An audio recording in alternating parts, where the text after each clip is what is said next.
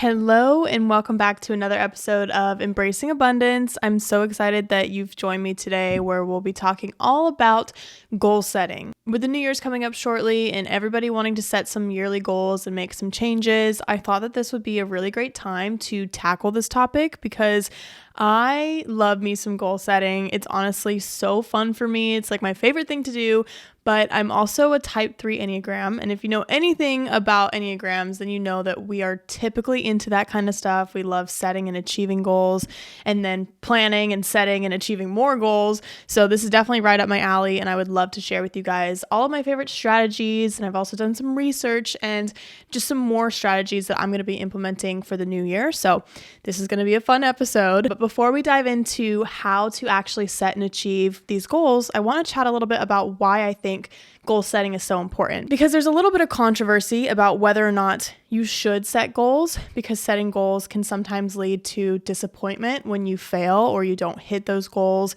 You feel terrible about yourself, it wrecks your confidence, and you feel like, why even bother set some more goals if I'm just gonna feel that way again? I understand that side of things. In fact, I was like that for a good chunk of my life, but the real reason why you're failing or you're not following through isn't the act of setting goals, it's the type of goals you're setting and how you're setting them. Likely you just weren't setting realistic goals or goals that you'll likely to succeed with. So the fear or just poor goal creation is what holds you back from setting and achieving these goals. And why it's so important that we should all have goals is because people without goals are not as successful as they hope to be. You have this dream for your life, but you don't set those goals. So you don't plan out the milestones and time passes and you aren't at a place in your life where you hope to be 5 years ago. And chasing and following your goals, whether that's financial, career, fitness, whatever category it may be, that's hard. It's hard to reach the top or to get to where you want to be or to lose body fat, to hit a certain PR at the gym, to meal prep all of your nutrition and to lose X amount of pounds. It takes a lot of discipline and dedication, and having goals and milestones gives you momentum to push through the adversity that we experience when we go through these hard paths. When we want to quit running because it's hard, even though we have this goal of doing a sub 90-minute half marathon, or when we failed over and over again on a business project and you're almost at your breaking point, having these goals is what will keep you going no matter how hard it gets. So if you don't define your goals or have an action plan of how you're going to get there, your chances of achieving them goes down. And when we're talking about planning goals for the new year, the best time to start planning is now in December or just a few weeks before the new year even starts. And the reason why is because you want to give yourself enough time to define your goals and what you really, really want out of the next year. You want to have time to create your vision board. You want to determine the habits you have to pick up, do any research you need to do, or seek out any guidance or mentors that you need by your side to be successful. If you wait until January 1st, you'll be stressing out all over the place and you'll be trying to plan and take action at the same time. And those ultimately need to be done separately. You need to have time to plan, then you need to put that plan into action, and then you need to reflect and make any changes. Those are 3 separate times. So if you're trying to do everything all at once, it gets super overwhelming and then you fall off, you fail. And you may say that your goals are just to make more money next year or that you want to lose weight, but do you know how exactly you're going to do that? Do you have the knowledge and the support that you need to get you there? Do you know the habits that you need to pick up?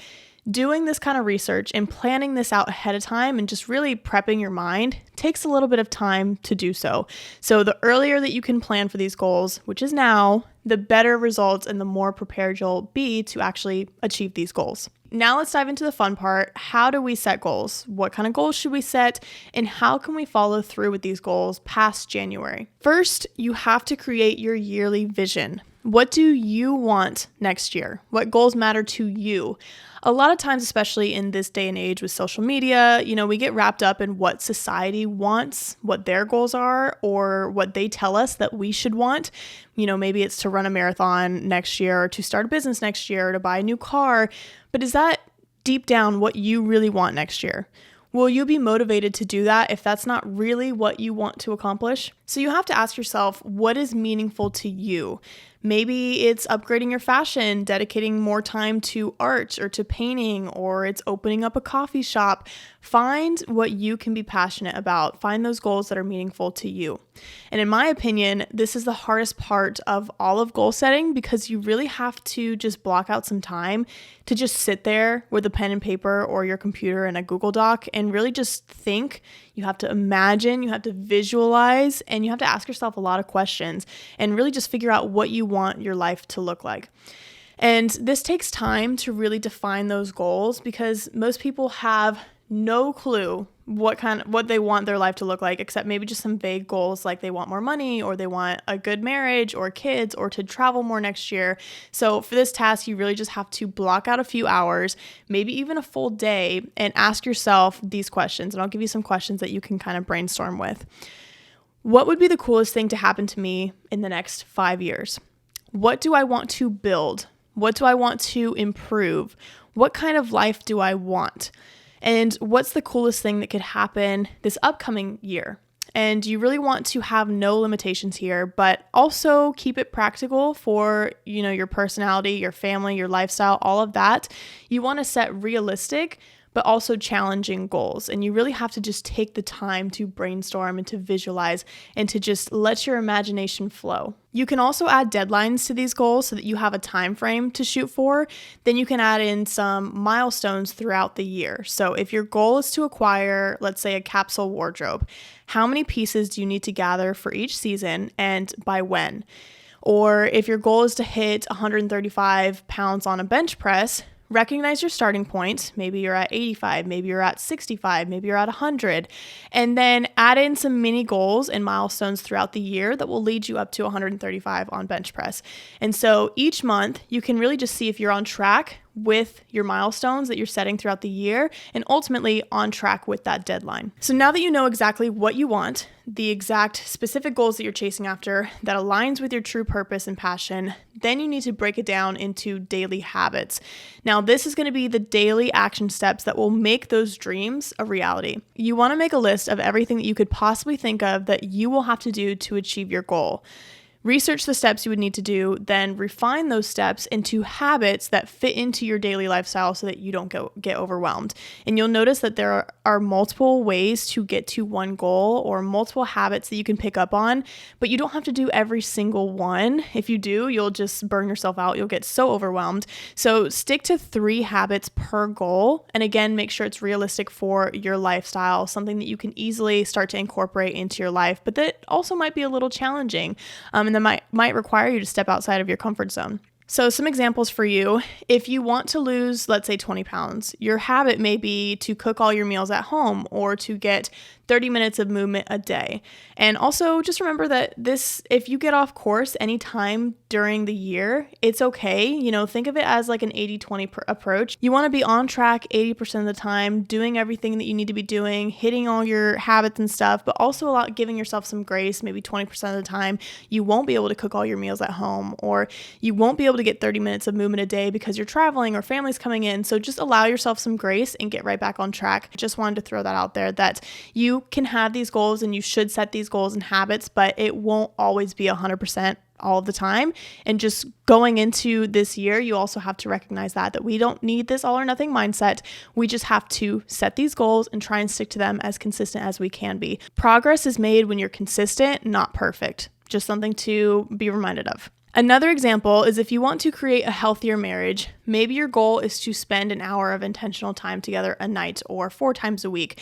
Those are the habits that you need to start to acquire in order to get to that goal. And you can do this for all categories of your life, your health, your career, finance, social, or your environment, relationships, spirituality, personal growth. But I would recommend maybe not overwhelming yourself and just focusing on 3 of the most important categories to you that you feel like is going to make the most growth in your life towards that long-term 5-year goal.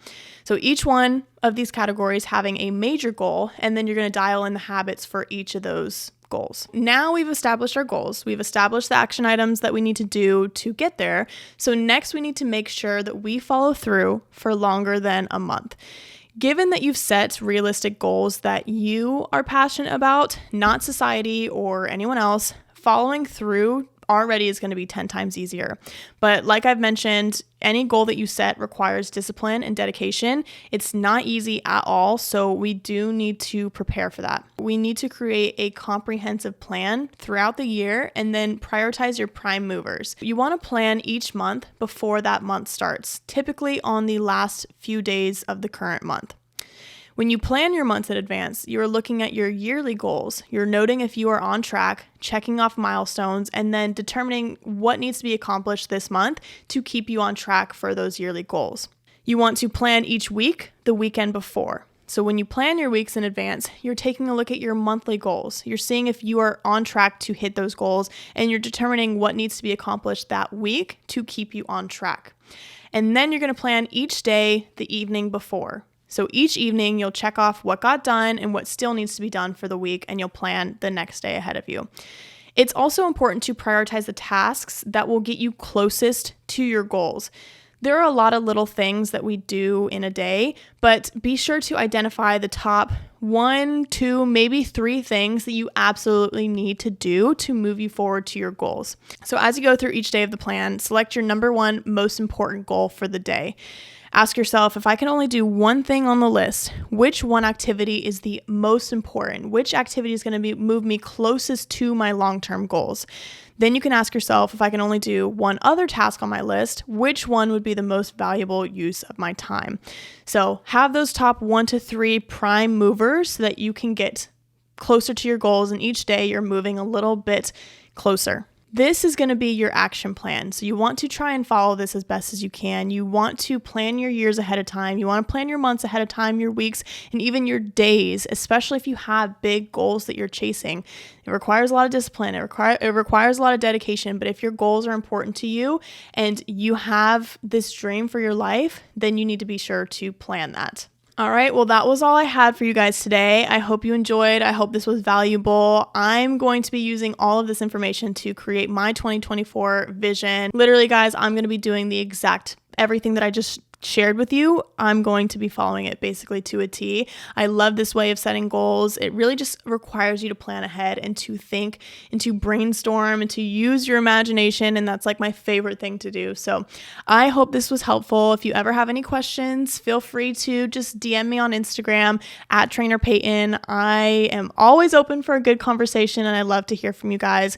And if you enjoyed this episode, be sure to refer it to a friend or to leave a review on Apple Podcasts. It really helps us out and just helps us be able to reach more people. So I appreciate you guys and I hope you enjoyed, and see you guys in the next episode.